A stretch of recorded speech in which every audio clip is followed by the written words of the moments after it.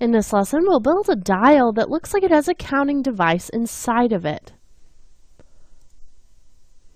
Okay, so I want to build this dial that we're about to create about the same size as these other circles we've been making. So I'm just going to kind of work in this area over here. So I want to start out with just another circle. So we can come over here and grab our ellipse tool. And I'm just going to start right in the middle here and hold Shift and Alt and drag out to make that circle a perfect circle that's drawn from the center. And then let's go ahead and make this that blue color that we've been using in our swatches. So I'll go ahead and choose that. And now I want to give this a stroke on the outside so it feels like it has kind of a border. So we already have this dark gray color chosen for our stroke, but I want it to be a similar color to the blue that we've been using. So I'm going to go ahead and choose that blue, but I'm going to double click over here in the stroke panel. Just double click that.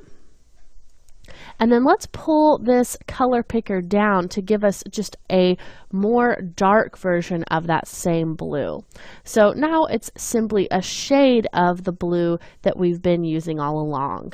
So I'm going to go ahead and turn up that stroke weight pretty considerably so that I am able to see that, and it looks like we have kind of a metal border or maybe a plastic border around that outside edge. And now I want to build a shape that's going to be in the middle of this so that we can see through it. So I'm going to come over here, grab my rounded rectangle tool, and just kind of start up here in the corner and pull that out. Now I want to make sure I have enough room on the sides of this shape that I'm creating so that it doesn't feel like there's too much tension between the edge where the border is and the edge of the square. So this square, I'm just going to color pick a random color, and then we'll switch that to the fill color and turn the stroke off. And now I want to go ahead and use my align panel to make sure that that's in the perfect center because it looks a little bit off right now. So just go ahead and select both of your shapes, and we'll come over here to our align panel and choose the horizontal align center and vertical align center. So that looks a little bit better now.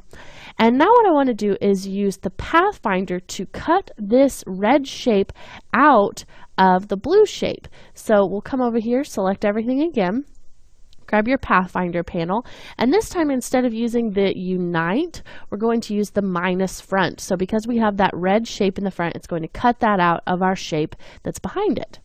So when I click that, I automatically get this stroke around the box, and that's not really what I want. I want this stroke to be separate and only be visible on the outside. So I'm going to undo what we just did so that we don't have that problem. And now what I want to do is only select the circle, then we'll come up here and take that stroke away from the circle so that they're not connected, and we can have a just regular filled path for that blue shape. So we'll go over here to path, say outline stroke, and now we can select those, right click and say ungroup. And now we have this shape all by itself. So whenever we want to use our pathfinder, now we'll be able to simply select that circle and then hold Shift to select the red square with it. And now when we hit that pathfinder tool for the minus front, we get the shape cut out and no stroke around that border. So that just looks a little bit cleaner. But I do want that stroke to still be on top of everything. So I'll go ahead and select that thing that was our stroke before, now is a fill, and just right click it and go to arrange, bring to front. So now we have this shape, and this is looking pretty good. This is just what I was wanting it to look like. And now I'm just going to go ahead and select everything and hit Control G to group it together. So now I can move this around as one object. And now I want to build the pieces that go behind here. So the way that I want this to work, especially once it is animated, is I want it to kind of look like the way a slot machine or a number kind of clacker works. So all the numbers are on a cylinder and it rotates to change the number and count up. So we need to build something that looks like the front of that cylinder. So I'm going to go ahead and just grab my rectangle tool and draw a few rectangles here. And if I just start out with one, I can just hold Alt and really quickly duplicate those to distribute them across that space. Now, these look pretty good, so I'm going to go ahead and just select these 4, and we'll use our Align panel to distribute those objects and make sure these little spaces in between are equal. So go ahead and with all of those selected, we'll choose Horizontal Distribute Left. And it looks like that one scooted over just a little bit, so it's always good to check that. And now I'm going to go ahead and group these shapes together. So hit Control G to group them. And now I want to move the whole group so that it's sitting right in the middle of that space. So go ahead and select everything, and you can just choose that Horizontal Align Center. Now, if I would have clicked Horizontal Align Center without grouping those shapes together, they all would have stuck right into the middle and just looked like one shape that was sitting right there. So you kind of got to do this in the right order for you to be able to use it in the way that you want to. Now, I would like to use this same blue color that we have for our background here, but maybe just a little bit of a tint of that, so just a little bit lighter. So with that group selected, I'm going to come over here to my swatches. We'll go ahead and just choose that light blue color that we've been using. Go ahead and swap your fill and your stroke if that happens to you, and you can turn off the stroke, so just click none for that. And now let's go ahead and go into that fill's color, and we'll just drag this over a bit to make this a little bit lighter. Not totally white, but just a little bit closer to white than we were before. So now we have this kind of a look, and what I want to do is send these to the back. So you can select those, right click, go to Arrange, Send to Back. So now they're going to be behind there, and we're able to see the fact that they are inside of this shape that we've created. So now what I want to do is give this some numbers, so those numbers can pass over this area and really look like they are working with this shape. So go ahead, grab your type tool, and we could just type out the numbers 1, 2, 3, 4, 5, 6, 7, 8, 9, and then a 0, and then just put those all in a row. But it will be easier if we use the vertical type tool to do that, because then we will be able to just type in a vertical row and not have to reposition the letters by hitting enter over and over. So if you grab that vertical type tool and just click, we'll just go ahead and type in 0, 1, 2, 3, 4, 5, 6, 7, 8, 9, and then you can go ahead and put another 0 at the end. It's a little bit helpful sometimes to have a 0 on both ends just for the animation purposes. So once that gets animated later on, it'll be a little bit easier to work with. So let's go ahead and position this so that it's the right size to fit on this counter.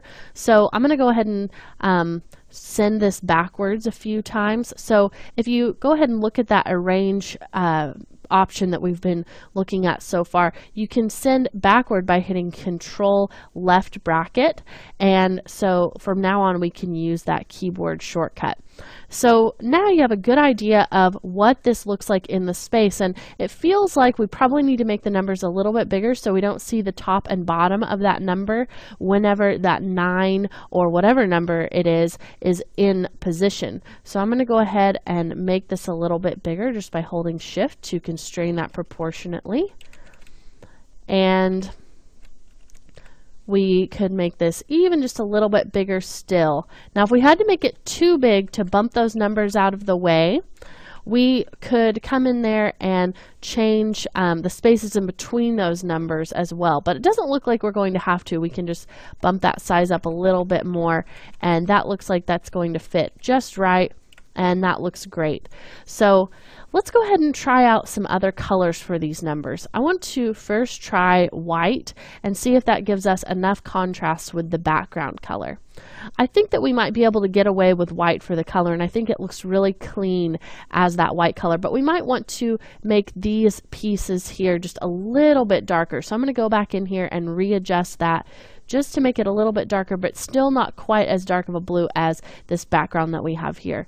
So that looks a little bit better. If you wanted to, you might want to come in and make these spaces in between these pieces a little bit smaller. So you could do that if you wanted to. Maybe just increase those a little bit. If you do that, you'll probably want to just go ahead and rebuild the shape, because you saw how easy it was for us to do that. And it all depends on how far away from each other the first and last piece are. And that's what's going to give you that distribution once you come over here and use your align panel. And you can still use this whenever you're in isolation mode. So that makes it just really easy. You don't have to come in there and release that group. And I think that that just looks a little bit better. Now, if you delete everything, you do have to release the group simply because that was no longer grouped. They were totally new shapes. So now we'll just go ahead and place our numbers back in there. And I like the way that that looks a lot better. I think that those shapes in between there, that negative space, looks better being just a little bit tighter.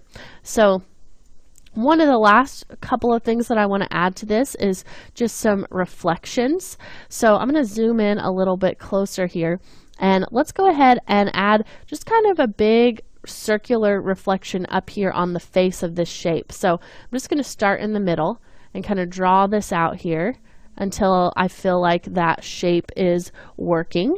And then we'll go ahead and make another one and position it over the area that we want to have the reflection visible. So it's going to be on the area that we can cut away. So just by creating those two shapes and selecting both of them, we can come over to our Pathfinder tool and use that same minus front option that I showed you. And it's just going to cut this area out. And now we're left with this piece that works as a great reflection for us. Now, right now it's too opaque. So let's come over here to our transparency, which is going to be up here at the top. It looks like it got bumped over a little bit. So if you want to, you could grab that and undock it and put it back in place if you like. But we'll go ahead now and just take that opacity down to maybe something like 50%. Maybe try 30. That looks pretty good right there. And I want to add just a few other touches to this. Maybe we could do some reflections that kind of just go right on top through this area here. So I'll start out with my rectangle tool and just draw a little white square like this. And then we can use some effects to make this feel more reflective and maybe a little bit softer on the edges. So I'm going to go ahead and select this. Then we'll go up here to Effect and choose Stylize. Then we come down to Feather. And if I turn on the preview, you can see how that's starting to get a little bit feathered on the edge, but I can knock that up a little bit higher there to make it even more feathered on the edge. If I zoom in here, you can see that that is really nicely feathered on the edges. That looks great. So now I can just duplicate this all the way across, and we'll just have several little reflections right there in the middle of those numbers. Maybe turn their opacity down a little bit, just maybe down to 60 since they're already pretty feathered.